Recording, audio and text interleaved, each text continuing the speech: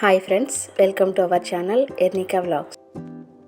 గుణపల్లి గ్రామం నుంచి 2 కిలోమీటర్ల దూరంలో అమ్మవారి గుడి ఉంది.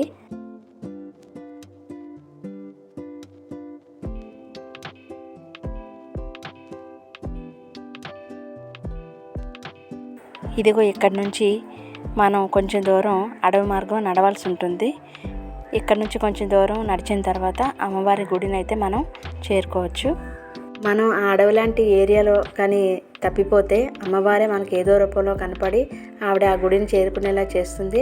అలాగే మన గమ్యాన్ని కూడా చేరుకునేలా ఆవిడ దారి చూపుతుంది. ఆ అమ్మవారి మీద భక్తితో చాలామంది నడిచే వస్తూ ఉంటారు. ఆరోగ్యం బాగున్నా లేకపోయినా నడిచొచ్చి ఇక్కడ వాళ్ళ మొక్కులను తీర్చుకొని వెళ్తారు. గుడి దగ్గరికి వచ్చేసాం మనం. ఇంకా గుడి దగ్గరికి ఎవరు రాలేదు. కాసేపటికి అందరూ వచ్చేస్తారు. గుడి ఆవరణలో ఒక చింత చెట్టు కూడా ఉంటుంది. ఈ చింత చెట్టుకి 500 ఏళ్ల చరిత్ర ఉంది. ఈ చింత చెట్టు అమ్మవారి నాటారంటారు. చాలా పెద్ద వృక్షం అది. మా జిల్లాలో తిత్లీ తుఫాను ఎంత నష్టాన్ని కలిగించిందో మీ అందరికీ తెలిసిందే. అలాంటప్పుడు కూడా ఈ చింత చెట్టు చెక్కు చెదరలేదు. అమ్మవారి గుడి కూడా అంతే భద్రంగా ఉంది.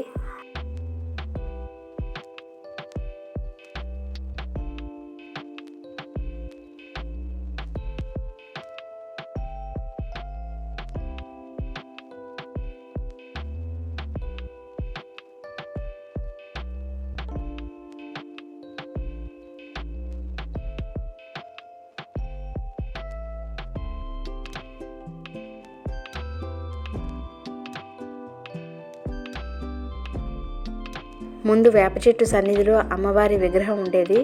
ఇప్పుడు ఇలా గుడిలో ప్రతిష్ఠించడం జరిగింది. ఇదే ప్లేస్లో చిన్న గుడి ఉండేది. ఈ అమ్మవారి గుడి కోసం ప్రతి ఒక్కరూ తమ వంతు సహాయాన్ని అందించి గుడిని పెద్దది చేయడం జరిగింది.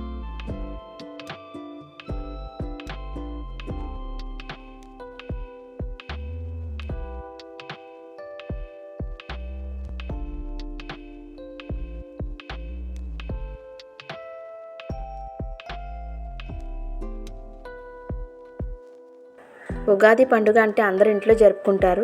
కానీ మేము మాత్రం ప్రతి సంవత్సరం అమ్మవారి గుడికి వెళ్ళి ఆవిడని దర్శించుకుంటాం. గుడిలో పూజలు 6 నుంచి 9 కల్లా ముగుస్తాయి. కానీ మా అమ్మవారి దర్శనం అయితే 9 తర్వాత స్టార్ట్ అయ్యి 12 గంటలకల్లా ముగిసిపోతుంది. మా ఇంటి మూల వృక్షం ఈ అమ్మవారు. మా ప్రతి కష్ట సుఖంలో కూడా ఈ అమ్మవారు తోడు నీడగా మాతోనే ఉంటారు. అందుకే ఈ అమ్మవారిని మేము అంతగా నమ్ముతాము. మా ఇంటి ఇలవేల్పు, మా కోరిన కోరికలు తీర్చే కల్పవల్లి ఈ సోరాడ పోలమ్మ తల్లి అమ్మవారు. ఈవిడ చాలా మహిమగల అమ్మవారు. కోరిన కోరికలు తీరిన తర్వాత ప్రజలు కానుక రూపంలో అమ్మవారికి ఏవైనా సమర్పించుకుంటూ ఉంటారు.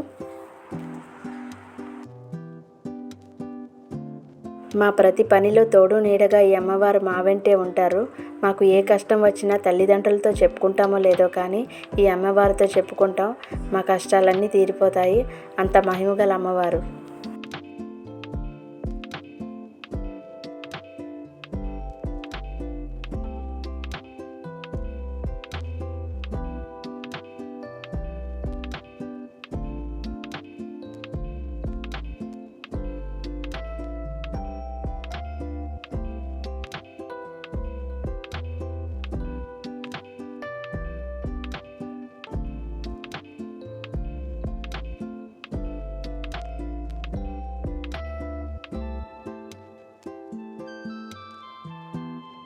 ధనిక పేద అనే తారతమ్యం లేకుండా ప్రతి ఒక్కరూ అమ్మవారిని భక్తి శ్రద్ధలతో పూజిస్తారు.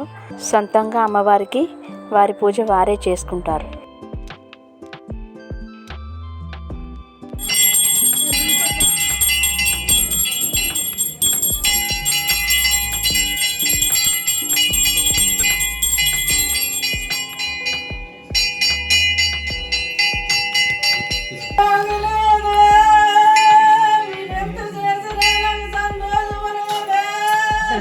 బాక్స్ అయ్యమ్మా మరి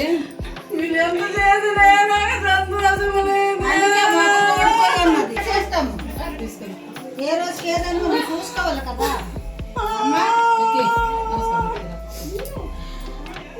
చూడు అందరికి చల్లగా చూడు అమ్మా.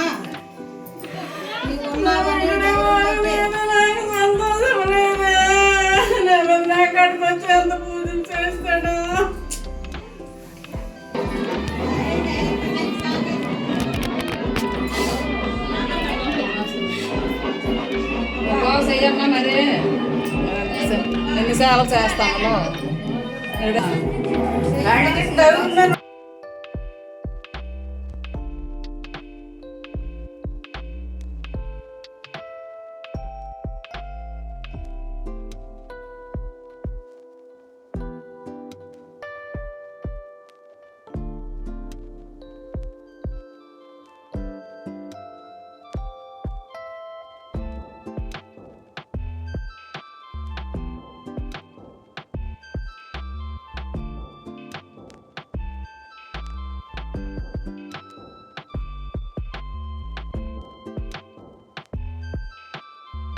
పన్నెండు గంటలకి పూజలు ముగిసిన తర్వాత అన్నదాన కార్యక్రమం కూడా ప్రారంభమవుతుంది. అన్నప్రసాదం స్వీకరించిన తర్వాత సాయంత్రం వరకు గుడి దగ్గరే మేము విశ్రాంతి తీసుకుంటాం.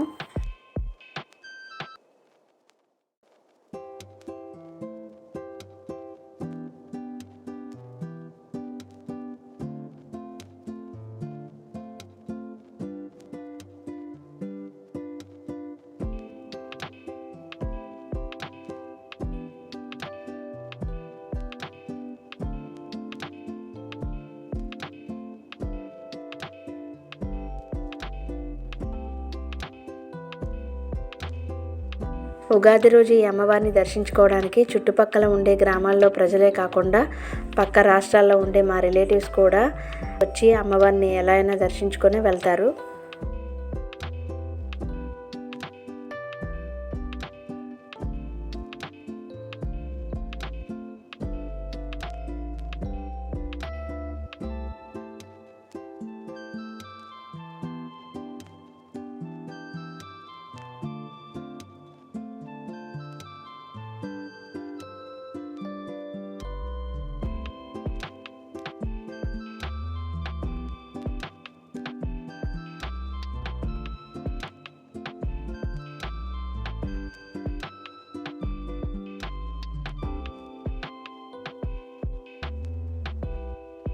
గుడి ప్రతిష్ఠ జరిగినప్పటి నుంచి ఇప్పటి వరకు అన్నదానం ప్రతి సంవత్సరం జరుగుతూనే ఉంది.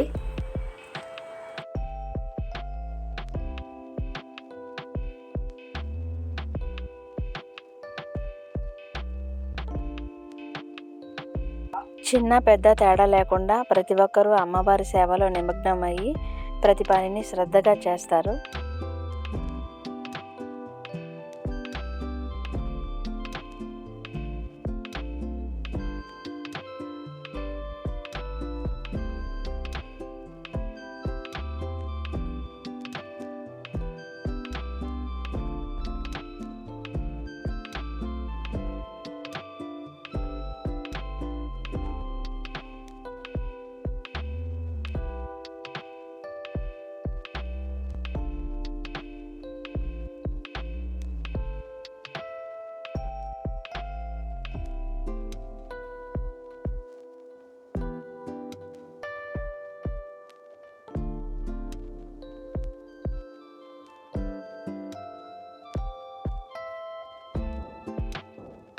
మా గ్రామ ప్రజలే కాదు, చుట్టుపక్కల ఊళ్ళో ఉండేవాళ్ళు అలాగే తోటల్లో ఉండేవాళ్ళు కూడా ఈ అమ్మవారు మహిమగల అమ్మవారని నమ్ముతారు.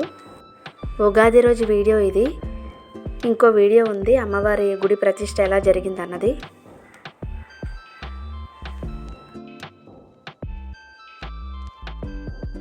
ఈ సంవత్సరం అమ్మవారి మకర తోరణం అలాగే అన్నదాన కార్యక్రమాన్ని స్పాన్సర్ చేసిన వారు సూరాడ ఊర్మిళమ్మ గారి కుమారుడు సూరాడ సుమన్ గారు.